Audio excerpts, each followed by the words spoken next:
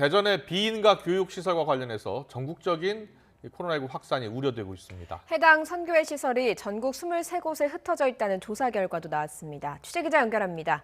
이문석 기자. 네, 대전입니다. 네, 충격적인 집단 감염 소식이 아닐 수 없는데요. 시설 내에서 폐쇄적인 생활이 이루어졌다고 들었습니다. 감염 확인 과정부터 전해주시죠. 네, 어제 대전 중구 IM 선교회에서 운영하는 비인가 교육시설에서 127명이 무더기로 코로나19에 확진됐습니다. 확진된 학생들은 전국 각지에서 모인 것으로 파악됐습니다. 기숙시설에서 지내던 학생 6명이 지난 주말 집으로 돌아갔는데 이 중 순천과 포항에서 2명이 먼저 확진 판정을 받았습니다. 그 뒤 전체 학생과 직원들의 전수조사가 진행됐습니다. 확진자 가운데 증상이 있는 20여 명은 감염병 전담병원으로, 나머지 증상이 없거나 경미한 사람은 충남 아산 격리생활시설로 이송됐습니다. 음성 판정자는 자가격리 상태에서 추가로 진단검사를 받게 됩니다. 비인가 학교는 예배당과 기숙시설이 있는 본관을 비롯해 모두 4개 건물을 사용했습니다. 소독을 마친 시설은 3주간 폐쇄됩니다.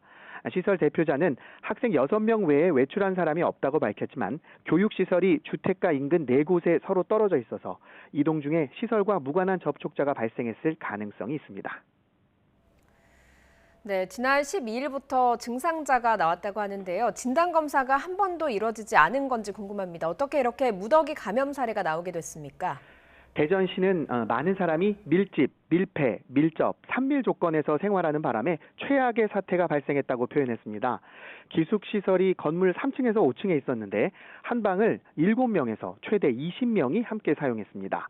학생과 직원 150여 명이 생활하면서도 기본적인 방역 수칙이 제대로 지켜지지 않은 것으로 전해졌습니다. 기본 조사에서 학생들은 실내에서 마스크를 제대로 착용하지 않았고 지하에 있는 식당에선 칸막이가 제대로 설치되어 있지 않은 것으로 조사됐습니다. 또 샤워 시설과 화장실을 공용으로 사용한 층도 있었다고 합니다. 더 안타까운 것은 이 시설에서 지난 12일 첫 증상자가 나왔는데도 불구하고 진단검사 등 적절한 대처를 하지 않았다는 겁니다. 지난 23일에도 몸이 아픈 학생 6명을 집으로 돌려보냈는데 방역당국에 이를 보고하지 않았습니다. 같은 선교회 소속의 비슷한 비인가 교육시설이 전국에 산재해 있는 것으로 지금 조사가 되고 있는데 어느 정도로 파악이 되고 있습니까? 네, 집단 감염이 발생한 시설은 기독교계 IM 선교회에서 운영하는 비인가 학교입니다.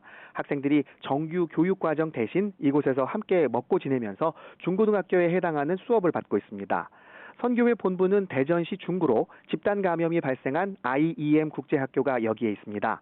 그리고 전국 각지에서 TCS, CAS라는 비슷한 성격의 비인가 교육시설 23곳을 운영하는 것으로 조사됐습니다. 방역당국은 해당 시설들이 연관성은 있지만 서로 독립된 형태로 운영하고 있어서 일단 학생 교류는 없는 것으로 파악했습니다. 하지만 교직원 등의 교류 가능성이 있다고 보고 선교회 대표로부터 전국 23개 시설 대표자들의 연락처를 확보해 중앙대책본부에 전달했다고 밝혔습니다. 이에 따라 각 시설 학생과 직원에 대해 대대적인 진단검사가 진행될 예정입니다. 지금까지 대전에서 YTN 이문석입니다.